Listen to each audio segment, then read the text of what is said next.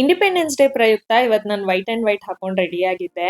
ನನಗೆ ರೆಡಿ ಆದ್ಮೇಲೆ ನೋಡ್ಕೊಳ್ತಿದ್ರೆ ನನ್ನ ಸ್ಕೂಲ್ ಡೇಸ್, ಕಾಲೇಜ್ ಡೇಸ್ ಎಲ್ಲ ನೆನಪಾಗ್ತಿತ್ತು. ಬಿಕಾಸ್ ಹೀಗೆ ವೈಟ್ ಅಂಡ್ ವೈಟ್ ಹಾಕೊಂಡು ರೆಡಿ ಆಗಿ ಹೋಗ್ತಿದ್ದೆ. ಬಿಕಾಸ್ ಎವ್ರಿ ಇಯರ್ ನಾನು ವಾಲಂಟಿಯರ್ ಆಗ್ತಿದ್ದೆ ಅಂಡ್ ಆಲ್ಮೋಸ್ಟ್ ಎವ್ರಿ ಇಯರ್ ನಾನು ಮಿಸ್ ಮಾಡ್ದಿರೋ ಸ್ಪೀಚ್ ನ ಕೊಡ್ತಿದ್ದೆ. ಆ ಡೇಸ್ನೆಲ್ಲ ನೆನ್ಪು ಮಾಡ್ಕೊಂಡು ನಾವೆಲ್ಲ ರೆಡಿಯಾಗಿ ಹೊರಟಿದ್ದು ಧ್ವಜಾರೋಹಣಕ್ಕೆ.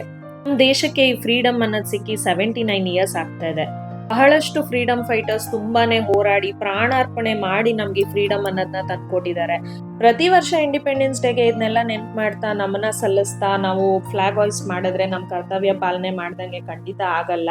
ನಾವೆಲ್ಲ ನಮ್ಮ ದೇಶಕ್ಕೆ ಹೆಮ್ಮೆ ಗೌರವ ಹೆಚ್ಚಾಗುವಂತ ಕೆಲಸಗಳನ್ನ ಮಾಡ್ಬೇಕು. ಯಾವತ್ತು ನಾವು ಮಾಡೋ ಅಂತ ಒಂದು ಕೆಲಸದಿಂದ ಅದಕ್ಕೆ ಹೆಮ್ಮೆ ಆಗ್ಲಿ ಗೌರವ ಆಗ್ಲಿ ಕುಗ್ಗಬಾರ್ದು.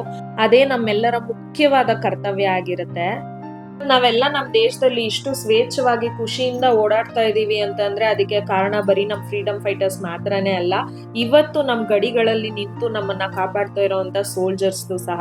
ಇವ್ರು ಎಲ್ರಿಗೂ ನನ್ನ ಹೃತ್ಪೂರ್ವಕವಾದ ಧನ್ಯವಾದಗಳನ್ನ ನಾನು ತಿಳಿಸ್ತಾ ಈ ವಿಡಿಯೋನ ಇಲ್ಲಿ ಮುಗಿಸ್ತಾ ಇದ್ದೀನಿ. ಎಲ್ರಿಗೂ ನಮ್ಮ ಕಡೆಯಿಂದ ಹ್ಯಾಪಿ ಇಂಡಿಪೆಂಡೆನ್ಸ್ ಡೇ.